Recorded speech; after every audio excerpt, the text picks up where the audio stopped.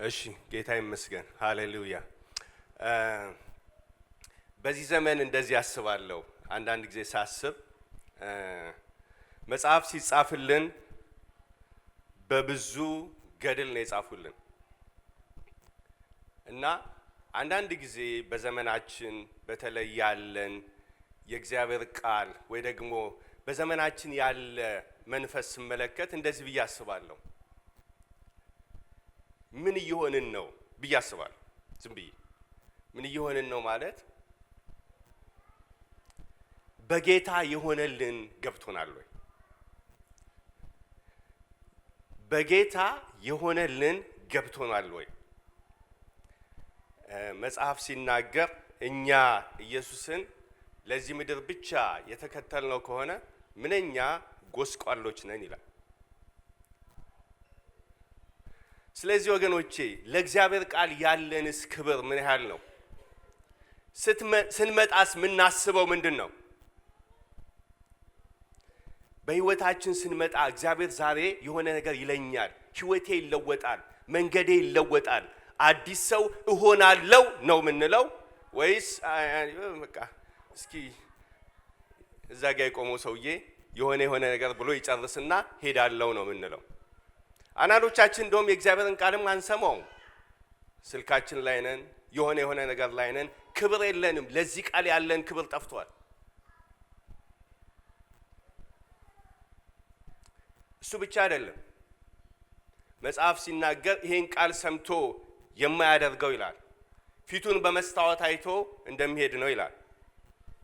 ብዙ ጊዜ ቃሉን እንሰማለን አናደርግም። ከዚህ ቤት ከወጣን በኋላ ይጠፋብናል ቃሉ። በህይወታችን የምንጠብቃቸው ለውጦች የሆኑ ለውጦች አሉ፣ ግን እሱ ከእግዚአብሔር ቃል ከመስማት ጋር እናያይዘዋለን። ጎናችሁ ያለውን ሰው አንተ ማን ነህ በሉልኝ። ሃሌሉያ። ስለዚህ ዛሬ ያው እንደምታውቁት ከእግዚአብሔር ቃል አንድ ክፍል ነው ማካፍላችሁ። የጌታ ጸጋ ይበዛልኛል። አንድ ነገር አስቡ፣ ሁላችሁም ማለት ነው። ሳታስቡት ማለት ነው። እዚህ ሀገር ነው ያላችሁት፣ እዚህ ሀገር ነው እየኖራችሁ ያላችሁት። ሳታስቡት አንድ ሰው መጥቶ የማታውቁት ሀገር ወሰዳችሁ። ስትነቁ የተገኛችሁበት ዓለም ቋንቋውን መናገር አትችሉም። እናንተን የሚያያችሁ እንደ ስደተኛ ነው የሚመለከታችሁ። እንደዚህ አይነት ቦታ ተገኛችሁ። አንዳንድ ጊዜ ዜና ትሰማላችሁ። በዚህ ዘመን አንዳንድ ሰዎች ከዚህ ሀገር ይወሰዱና አሁን ባለው በተለይ የሆነ ቦታ ላይ ይጣላሉ፣ ወይ ደግሞ የማያውቁት ቋንቋውን መናገር ምኑን ለማይችሉት ቦታ ይጣላሉ። እንደዚህ አይነት መልእክት እንድትናገሩ እግዚአብሔር ቢያስነሳችሁ ምን ብላችሁ ነው የምትጀምሩት? ዛሬ ማካፍላችሁ አንደኛ ጴጥሮስን ነው። አንደኛ ጴጥሮስ በእንደዚህ አይነት ሁኔታ ላሉ ወገኖች የተጻፈ መጽሐፍ ነው። በሮም ይኖሩ የነበሩ ክርስቲያኖች ማለት ነው። ክላውዲዮ የሚባል ንጉሥ ነበር በዛን ጊዜ። ምን አለ? ስለሚያስቸግሩ እያስቸገሩኝ ስለሆነ ብሎ ወደ 5 ወደሆኑ የቱርክ ግዛቶች የወሰዳቸው ሰዓት ላይ የተጻፈ መጽሐፍ ነው። ላሉበት ቦታማ ከተማውን አያውቁትም። ከተማውን አለማወቅ ብቻ ሳይሆን ቋንቋውን አያውቁትም። ይሄ ብቻ አይደለም። በድሮ ዘመን ማለት ነው በየከተማው አምላክ አለ፣ የሚመለክ አምላክ አለ። አሁን እዚህ ሀገር እንደምናየው ፖለቲክስና እምነት የተለያየ አልነበረም። በድሮ ዘመን አንድ ነው የነበረው እና እኚህ ሰዎች የከተማውን አምላክ ማምለክ ነበረባቸው። የከተማውን አምላክ ካላመለኩ ከተማው ላይ ለሚደርሰው ማንኛውም ነገር ተጠያቂ እነሱ ናቸው። ከተማው ዝናብ ባይዘንብ የሚጠየቁት ክርስቲያኖች ናቸው። ለምን? የከተማው አምላክ የበረከት ሁሉ ምንጭ ነው ተብሎ የሚታሰብበት ከተማ ውስጥ ነው ያሉት። በእንደዚህ አይነት መከራ ውስጥ እያሉ የሚያያቸው ሰው ሁሉ ኤቴስት ነው ማለት ማለት እናንተ አምላካችን የማታመልኩ እናንተ አምላካችን የማታውቁ በሚልባቸው ዘመን ውስጥ እንደዚህ ያላቸው ጴጥሮስ የኢየሱስ ክርስቶስ ሐዋርያ ጴጥሮስ በጳንጦስ በገላትያ በእስያ በቢትንያ ተበትነው በመጻተኝነት ለሚኖሩ ለእግዚአብሔር ምርጦች ሃሌሉያ እስኪ ለእግዚአብሔር ምርጦች በሉ አረ በሉልኝ ለእግዚአብሔር ምርጦች በሉ ባላችሁበት ከተማ ስደተኞች ናችሁ አላቸው ባላችሁበት መንደር ማንም ሰው የሚመለከታችሁ እንደዛ ነው እግዚአብሔር ግን ሳያችሁ የሱ የተለየ ምርጦች ናችሁ አላቸው ወገኖቼ ስለ ምርጫ ስናስብ ምን እንጨቃጨቀው ብዙ ነገር አለ እዛ ውስጥ አልገባም እግዚአብሔር ግን እንዴት መረጠኝ ብላችሁ ነው የምታስቡት እናንተን ሲመርጥ እግዚአብሔር ከናንተ ያየው ነገር ምን ነበር በህይወታችሁ የተመለከተውስ ነገር ምን ነበር መጽሐፍ ሲናገር እንደዚህ ይላል እግዚአብሔር ወደዳችሁና የመረጣችሁ ከአሕዛብ ሁሉ በቁጥር ስለበዛችሁ አይደለም እናንተ በአሕዛብ ሁሉ በቁጥራችሁ ጥቂቶች ነበራችሁ ነገር ግን እግዚአብሔር ስለወደዳችሁ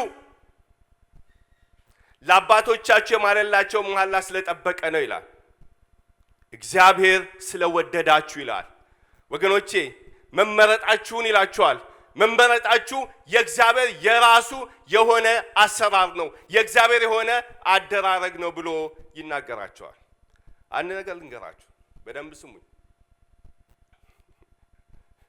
ብዙዎቻችን ምናቀው የብሉይ ኪዳን መጽሐፍ እግዚአብሔር ሕጉን ከመስጠቱ በፊት ነው ሕዝቡን ያወጣው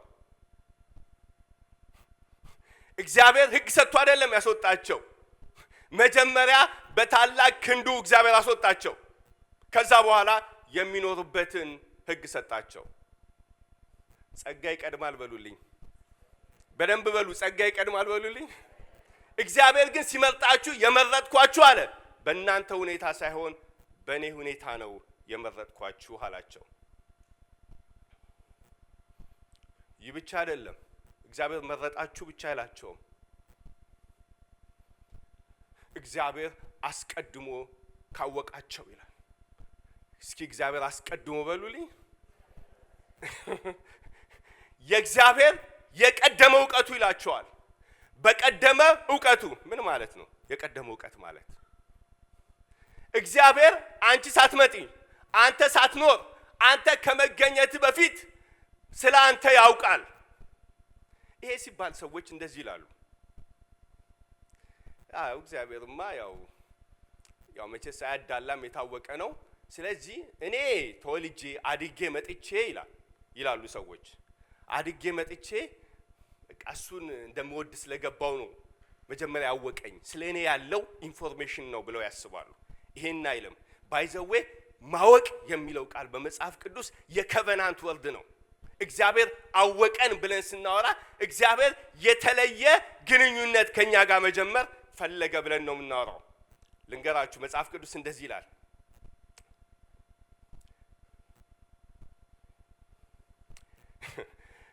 አሞስ 3:2 ላይ እስራኤል ሆይ እግዚአብሔር በእናንተ ከግብጽ ምድር ባወጣው ወገን ሁሉ የተናገረውን ይህን ቃል ስሙ እንዲህ ብሏል እኔ ከምድር ወገን ሁሉ እናንተን ብቻችሁን አውቂያችኋለሁ ከምድር ወገን ሁሉ በሉልኝ እናንተን ብቻችሁን አውቂያችኋለሁ እግዚአብሔር ሁሉን አያውቅም እንዴ ያውቃል እያላቸው ያለው ከናንተ ጋር የነበረኝ ለናንተ የነበረኝ ዕውቀት የተለየ ዕውቀት ነው ይላቸዋል ኮቨናንታል ኖሌጅ ማለት የእግዚአብሔር የመለኮታዊ እኛን የወደደበት ፍቅር ወይ ደግሞ ዕውቀት ለማሳየት የተጠቀመው ቃል ነው ይህም ማለት ነው እግዚአብሔር በዘላለም ዕቅዱ እናንተን ወዷቸዋል በዘላለም ዕቅዱ ተመርጣችኋል እናንተ አጋጣሚ አይደላችሁም አጋጣሚ የተገኛችሁ የሆኑ ሰዎች አይደላችሁም እናንተ በእግዚአብሔር ዓላማ ያላችሁ ሰዎች ናችሁ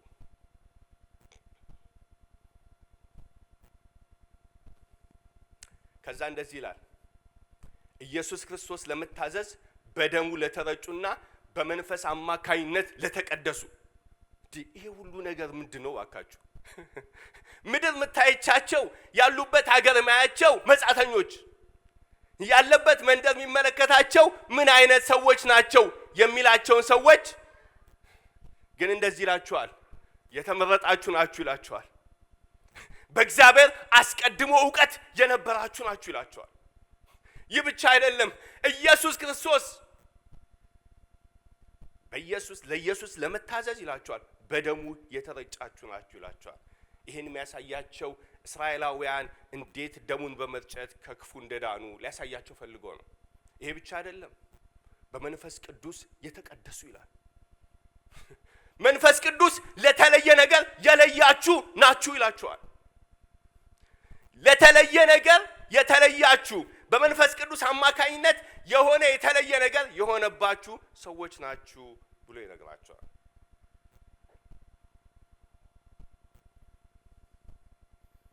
ወገኖቼ ህይወታችን ይሄ ነው። እናንተ ማን ናችሁ? እናንተ ማን ናችሁ? የተመረጣችሁ እናንተ ማን ናችሁ? በእግዚአብሔር አስቀድሞ ዕውቀት የነበራችሁ። ያ ምን ማለት መሰላችሁ? 3 ነገሮች ላሳያችሁ ፈልጋለሁ። አብ፣ ወልድ፣ መንፈስ ቅዱስ። የሶስቱም ስራ ተመልከቱ። እናንተን ለማዳን እናንተ ጋር እግዚአብሔር ጉዳይ ስላለው አብ ምን አረገ? መረጠ ይላል። አብ ምን አረገ? አስቀድሞ አወቀ ይላል። ኢየሱስ ምን አረገ? እሱ ደሙን አፈሰሰና የአብን ዕውቀት ፈጸመ ይለናል። መንፈስ ቅዱስ ምን አረገ? መንፈስ ቅዱስ ለያችሁ ይላችኋል። ወገኖቼ ቀላል ሰዎች አይደላችሁም። አብ፣ ወልድ፣ መንፈስ ቅዱስ በህይወታችሁ ስራ የጀመረ የምትገርሙ ሰዎች ናችሁ። እናንተ ማን ናችሁ?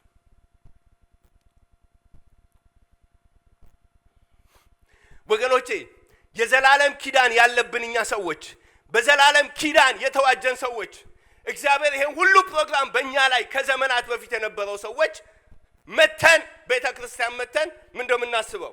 መብላት መጠጣት ነው የምናስበው። ምንድነው የምናስበው? የሆነ ነገራችን እንዴት ነው የምንፈልገው? በእግዚአብሔር የዘላለም ፕሮግራም የመጣችሁ ናችሁ። እግዚአብሔር በእናንተ ላይ ዓላማና እቅድ አለው። ዋው በጣም ነው የምወደው።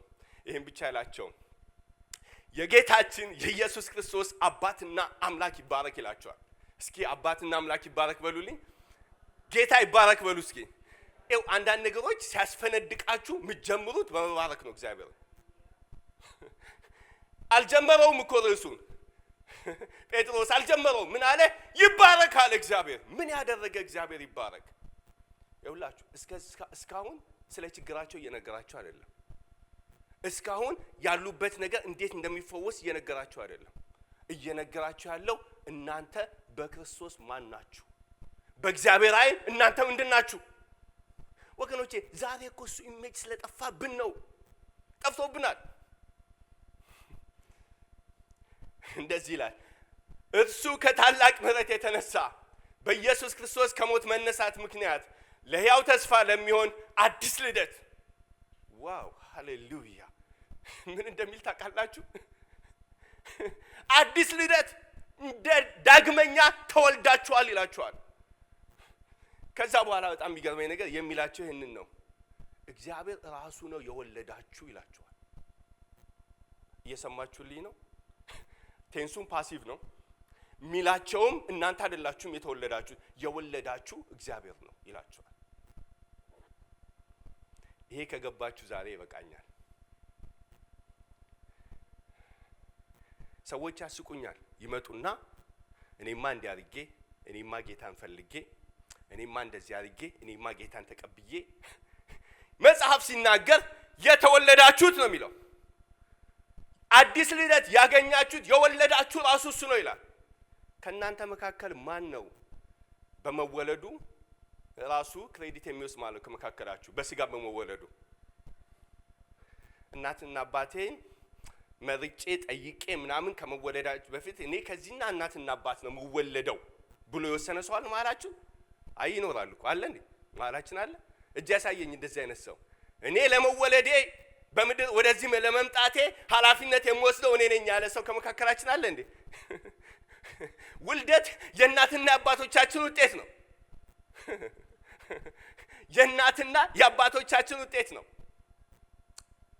ይሄ ቢገባችሁ ደስ ይለኛል ወገኖቼ። እግዚአብሔር እንዴት እንደወደዳችሁ የምታውቁት ይሄንን ነው። መንፈሳዊ ነገር ሲገባችሁ ለካ ተከፍታችሁ ነው። ለካ እግዚአብሔር የሆነ ነገራችሁን ውስጣችሁ ከፍቶ ነው። ምን ማለት ነው? እግዚአብሔር አስቀድሞ በእናንተ ህይወት ጉዳይ ስላለው።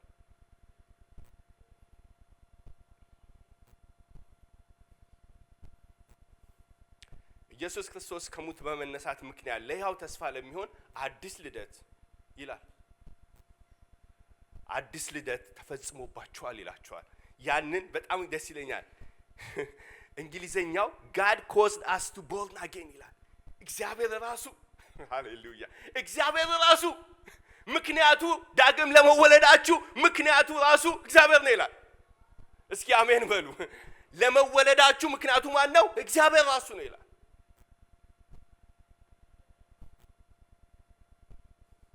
ከዛ እንደዚህ ይላቸዋል፣ እንዲሁም ይላቸዋል በሰማይ ለማይጠፋ ለማይበላሽና ለማይለወጥ ርስት እንደገና ተወለድን ይላል። የተወለድ ነው፣ በደንብ ስሙ፣ የተወለድ ነው ይላል። ሰማይ የሚባል ቦታ ላይ ወገኖቼ ሰማይ አጥፋብ በሉት ጎናችሁ ያለውን ሰው። ይውላችሁ እስራኤላውያን የነበራቸው ግዛት ምድራዊ ነበር። ትወርሳላችሁ የተባሉት የሆነ ከተማ ነው፣ የሆነ ቦታ ነው፣ የሚታይ ቦታ ማለት ነው። ከነዓን የምንላት ሀገር ያለች ሀገር ነች። እሷ ግን ትጠፋለች፣ እሷ ግን ትለወጣለች የሚላቸው ምክንያት ምንድነው? እና በሰማይ ለማይጠፋ ለማይበላሽ ወገኖቼ በሰማይ ርስት አላችሁ፣ በሰማይ ርስት አላችሁ። ባይዘወይ ሁለተኛ ጴጥሮስ ሲጻፍ የተጻፈውን ነገር እንገራችሁ። በዛ ዘመን በመካከላቸው ሐሰተኛ ነቢያት ተነሱ፣ ሐሰተኛ አስተማሪዎች ተነሱ። ምን ብለው ነው የሚያስተምሩት? ጸጋ ካለ እንደፈለኩ ኃጢአት ማድረግ ይችላሉ አሉ። ሁለተኛ ደግሞ እስከ ዛሬ ዓለም ከተፈጠረ ምንም የተለወጠ ነገር የለም። ይመጣል ይመጣል ኢየሱስ ትላላችሁ፣ እግዚአብሔር ምድርን ይጠቀልላል ትላላችሁ፣ የተለወጠ ነገር የለም።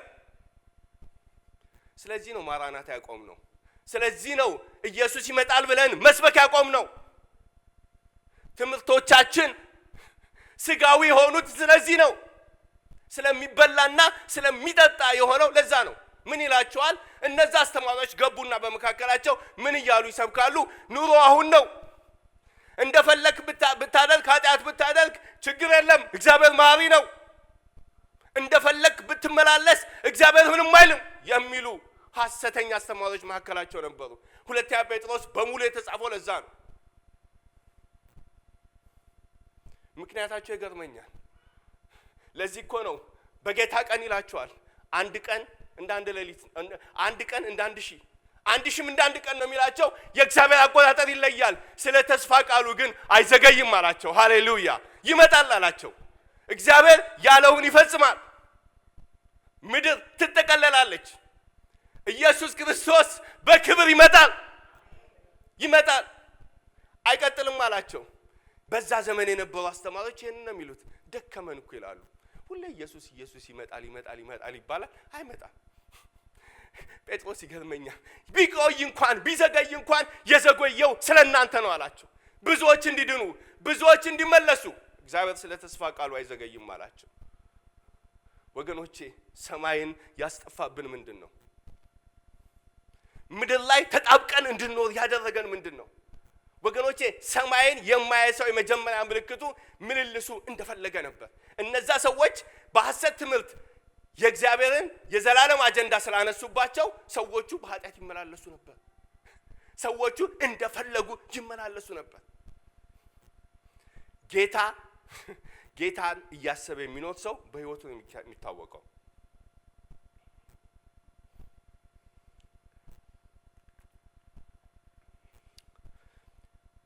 ከዛ በኋላ እንደዚህ ይላቸዋል እዛው ላይ እናንተ በመጨረሻ ዘመን ሊገለጥ የተዘጋጀው ድህነት እስኪመጣ ድረስ በእምነት አማካኝነት በእግዚአብሔር ኃይል ተጠብቃችኋል። እስኪ በእግዚአብሔር ኃይል ተጠብቃችኋል በሉልኝ። ጮክ በሉና አሉ በእግዚአብሔር ኃይል ተጠብቃችኋል በሉ። ጎናችሁ ያለውን ሰው የእግዚአብሔር ኃይል ነው የሚጠብቅህ በሉልኝ። ያንተ ጉልበት አይደለም፣ ያንተ ብርታት አይደለም፣ ያንተ ምናምን አይደለም፣ የተጠበቃችሁት ነው የሚላቸው። ባይዘዌ በእግዚአብሔር ኃይል ተጠብቃችኋል የሚለው የሚሊተሪ ቃል ነው። ሄዳችሁ ቃሉን ስታነቡት ምን ማለት ነው? የሆነ ሰው እየጠበቀ የሆነ ፌንስን የሆነ እንትን ብሎ ማለት በሰራዊት ተከቦ የሚጠበቅን ቃል ነው የሚያሳየው። ምን ማለት ነው? እግዚአብሔር እየጠበቃችሁ። ሃሌሉያ። ለምን የማይጠፋ ርስት ሰጥቷችኋል፣ የማያልፍ ርስት ሰጥቷችኋል፣ በሰማይ የተቀመጠ ለዛ ተለይታችኋል። ለዛ ጉዟችሁ እዛ ጋር ነው። እንዳትደናቀፉ ያያል፣ ይመለከታችሁ። የማን ኃይል? የእግዚአብሔር ኃይል። ሃሌሉያ። የሚያቆም የእግዚአብሔር ኃይል። ሃሌሉያ። እንደዚህ ነው የሚላቸው፣ በእግዚአብሔር ኃይል። ወገኖቼ ወንጌል ይግባ፣ አይኖቻችን ይከፈቱ ወገኖቼ እያላቸው ያለው አሁን የምታዩት ሰራዊት አለ። አሁን ምድር ላይ ስትመለከቱ እንደ ተራ ሰው ነው የምትቆጠሩት። እንደውም ባላችሁበት ቦታ ሰው ሁሉ ይንቃችኋል፣ ግን የሚጠብቃችሁ የእግዚአብሔር ኃይል አለ አላቸው። ሃሌሉያ። ችግር የሚያወጣቸው የእግዚአብሔር ኃይል አላላቸውም። ችግር ውስጥ ናቸው ያሉት፣ መከራ ውስጥ ነው ያሉት፣ ስለ ስሙ እየተነቀፉ ነው ያሉት። ስለ እሱ አላላቸውም። የእግዚአብሔር ኃይል የሚበዛላችሁ አላቸው፣ በሰማይ ላለው ርስታችሁ። ሃሌሉያ። እስከዛ የሚያደርስ የእግዚአብሔር አቅም አለ አላቸው።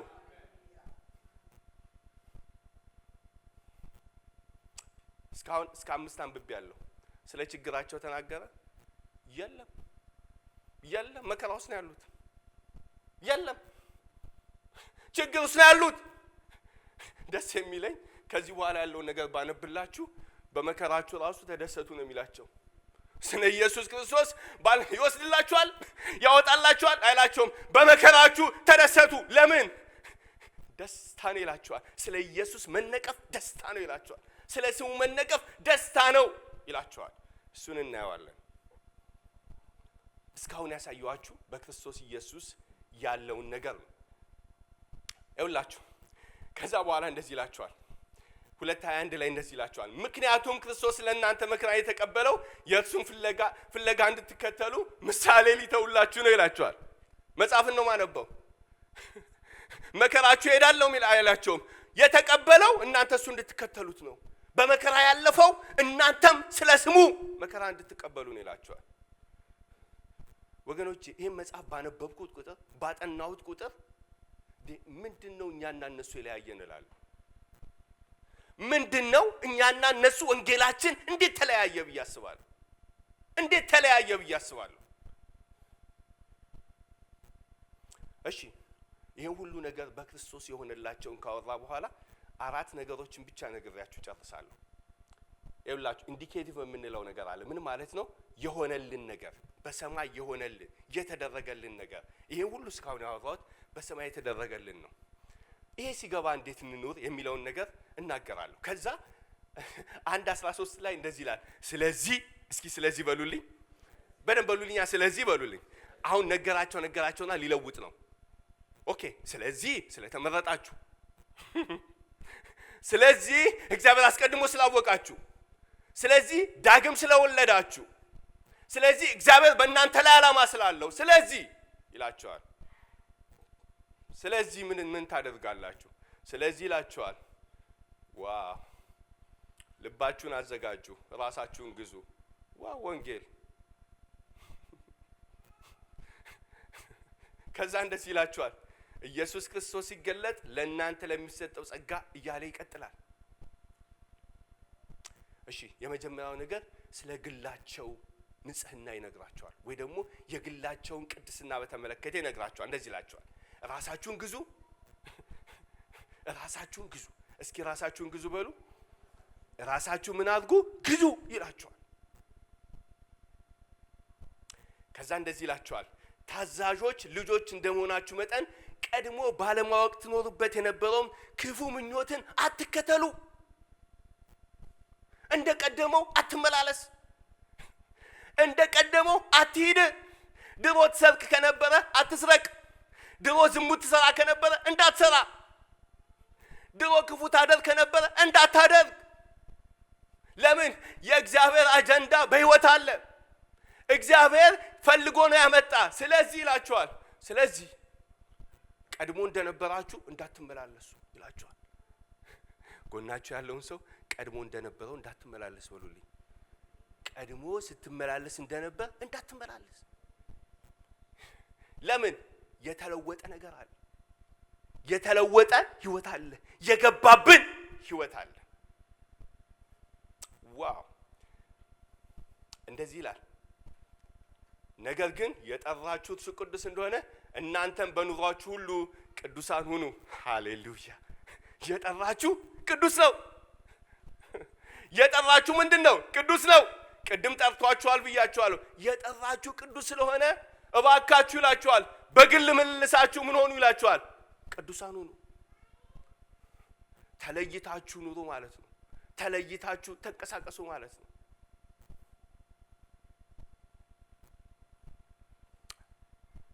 ከዛ እንደዚህ ይላችኋል። የመጀመሪያው የግልን በተመለከተ ነው የሚነግራቸው። ሁለተኛ ደግሞ በቤተ ክርስቲያን እንዴት ተመላለሱ ይላችኋል።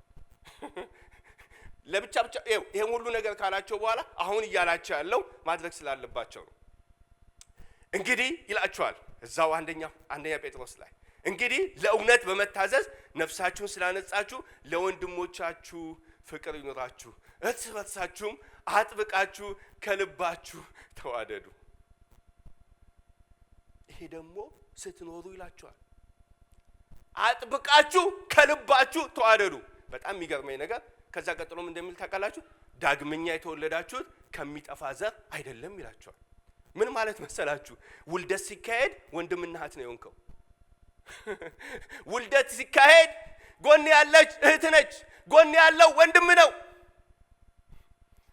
በስጋ ለምትወደው ወንድምህ እንኳን ጎን ላለው ሰው ፍቅር ከሌለ፣ ጎን ላለው በጌታ ለመጣው ሰው ማትወደው ከሆነ፣ ፍቅር ማይገለጥ ከሆነ ወገኖቼ ይሄን ነው የሚላቸው። ስትመላለሱ በቤተ ክርስቲያን በፍቅር ተመላለሱ ይላቸዋል። በመውደድ ተመላለሱ ይላቸዋል።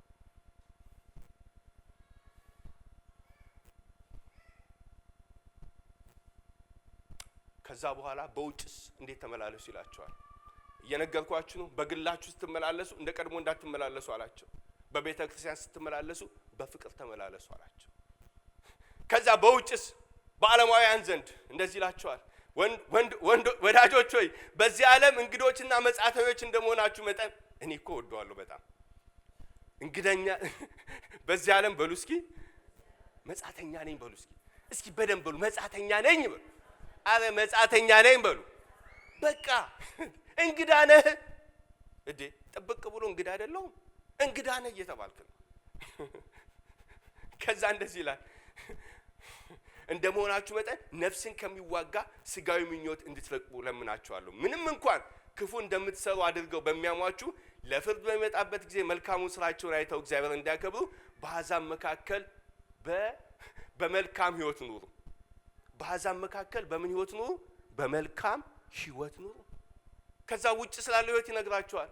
ስትመላለስ አንተን አይቶ ነው ጌታ የሚመጣው። መስሪያ ቤት ያለ ሰው አንተን ህይወት አይቶ ነው ወደ ጌታ የሚመጣው። ጎን ያለው ሰው አንተን ማየት የሚፈልገው ህይወት ነው። ስለዚህ ምን ይላችኋል? በውጭ ስትመላለሱ ወንድሞች ባያዋችሁ፣ ሰው ባያያችሁ ጌታን ወክላችሁ ነው የምትመላለሱት ይላችኋል።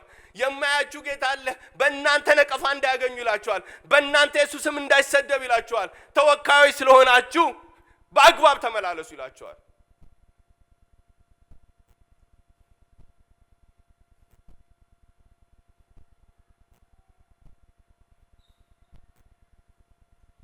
በጣም የሚገርመኝ ነገር ሲመጣ እሱን እንዲያከብሩ ይላል። አሕዛብ እኮ ነው የሚለው እሱን እንዲያከብሩ እንዳይነቅፏችሁ በመልካም ተመላለሱ። ወገኖቼ በመልካም በመካከላቸው ተመላለሱ የሚላቸው የሚጠሏቸው ናቸው። ሊያዩአቸው እንኳን በማይፈልጉ መካከል ስማቸውን በሚያጠፉ አልተገኙም ብለው ሊገሏቸው በሚፈልጓቸው ሰዎች መካከል በእነሱ መካከል እንደነሱ እንዳትመላለሱ በመልካም ተመላለሱ ይላቸዋል። ከዛ እንደዚህ ይላቸዋል። በቤትስ እንዴት ተመላለሱ ይላቸዋል። እየነገርኳችሁ ነው። በቤተ ክርስቲያን በፍቅር ተመላለሱ። በግላችሁ እንደ ቀድሞ እንዳትመላለሱ። በውጭ መካከል በደንብ ተመላለሱ፣ በአግባብ ተመላለሱ ይላቸውና ከዛ 3:1-7 ላይ እንደዚህ ይላል። ሚስቶች ሆይ እናንተም እንዲሁ ለባሎቻችሁ ተገዙ። አንዳንድ ለቃሉ የማይታዘዙ ቢኖሩም ያለ ቃል በሚስቶቻቸው አኗኗር ተማርከው ይመለሳሉ። የሚጽፈው ሚስትና ባል የተለያየ እምነት ላሉ ሰዎች ነው የሚነግራቸው። ባል በጌታ አይደለም፣ ሚስት ግን በጌታ ነች። ስለዚህ እንደዚህ ይላል፣ ሚስት ይላታል ለባልሽ ተገዢ። እንደዚህ ሲባል ስልጣን የሚፈልግ ሰው አለ። እሺ እሱንም ማሳያችኋለሁ።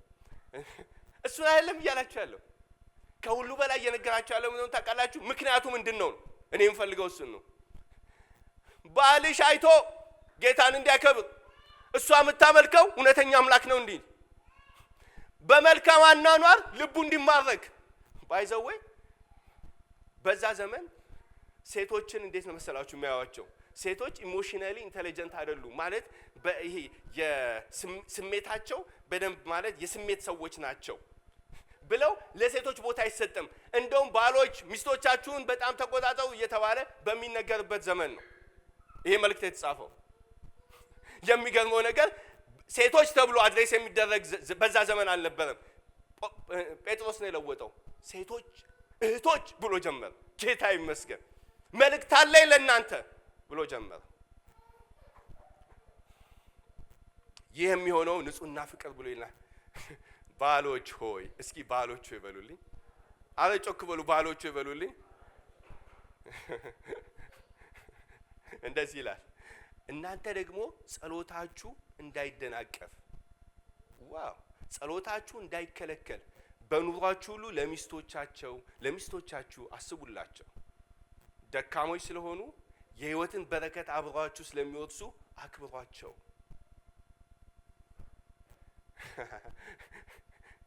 እዴ ሚስትህን በደንብ አለመያዝ ጸሎት ያስከለክላል። ሚስትህን አለማክበር ሰማይ ይዘጋባል ማለት። በዛ ዘመን እንደዛ በተጣሉበት ዘመን አይደለም እኩል ወራሾች ናቸው ይላቸዋል። ሴቶች እኩል ወራሾች ናቸው፣ በጌታ ናቸው፣ እኩል ቦታ አላቸው ካንተ እኩል ይላቸዋል። ይሄ በዛ ዘመን ላለ ሰው ያሳብደዋል። የሚጽፍላቸው ጽሁፍ ለምን አልለመዱም? በእንትናችን ምን ይላቸዋል? ጸሎታችሁ እንዳይከለከል ይላቸዋል። በኑሯቸው ሁሉ ለሚስቶቻችሁ አስቡላቸው። ደካማ ስለሆኑ ባይዘዌ ደካማ ስለሆኑ የሚለው ቃል ሴት ትንሽ ነች ማለት አይደለም። ደካማ ማለት ስለ አቅም ነው የሚያወራው።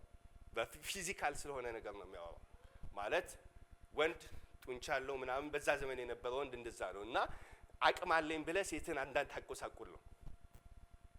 አቅም አለኝ ብለ ሚስትህን እዛ ያለችው ሚስትህን ለምን በዛ ዘመን የሚሰጣቸው መብት ስላለ እንደፈለገ ማድረግ ስለሚችል አንዳንድ ወንድ እኮ ጌታ መጸለይ ሁሉ አለበት ለሱ።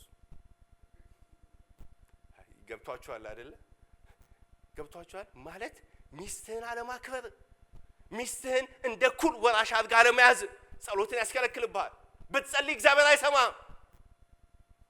ጎን ያለችው ሚስትን ያላከበርክ፣ ጎን ያለችው ሚስትን ቫልዩ ያልሰጠ፣ አይ እሷማ አለች አላለች ማለት ስትጀምር ትወድቃለህ። የእሷማ ድምፅ ቫልዩ የለውም ስትል ትወድቃለህ። እንደዚህ ነው የሚላቸው፣ ሚስቶቻችሁን በደንብ አክብሯቸው። ይሄ ብቻ አይደለም፣ አስቡላቸው።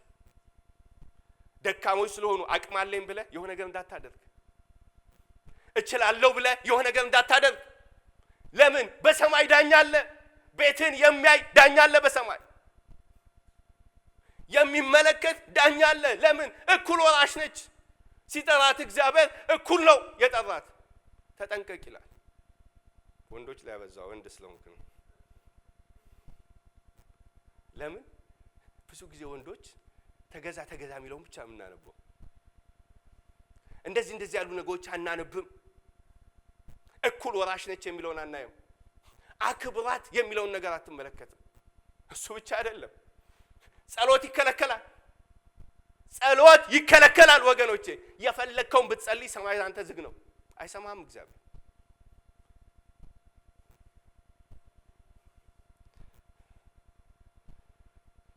ጌታ የተመሰገነ ይሁን። አረ ጌታ የተመሰገነ ይሁን ነው ያልኩት።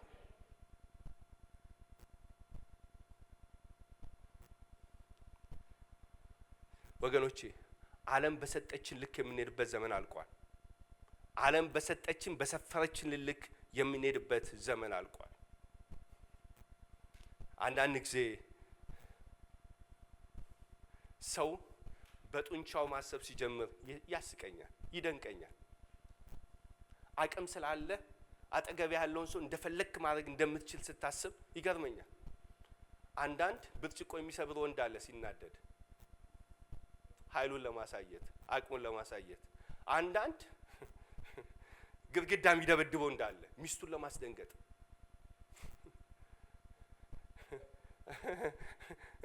አንዳንድ የሆነ ነገር እያነሳ አለሁ እኔ ቤት የሚል ወንድ አለ። መጽሐፍ ሲናገር ተጠንቀቅ፣ ደካሞች ስለሆነ አስብላቸው ነው የተባልከው። አቅምን አሳይ አልተባልክም። እንደ አብራህ እንደ ወራሽ ተመልከታት ነው የተባልከው።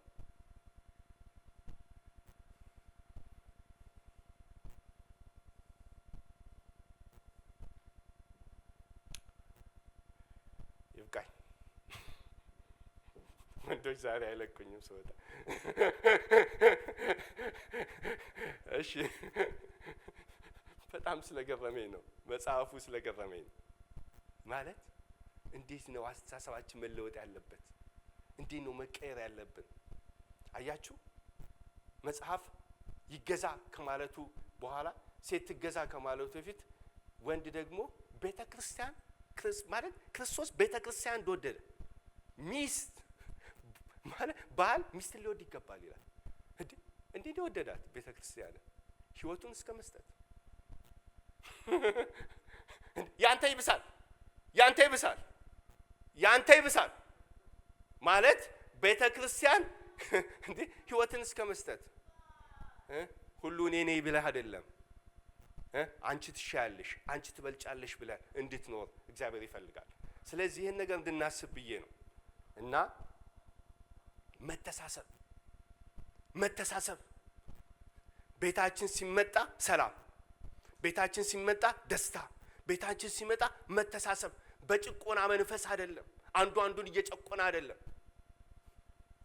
ሚስትህን በኋላ አገኝሻለሁ እያልክ እንግዳ ስትመጣ ቆይ ምናምን እያልክ አይደለም የምትኖር ወገኔ።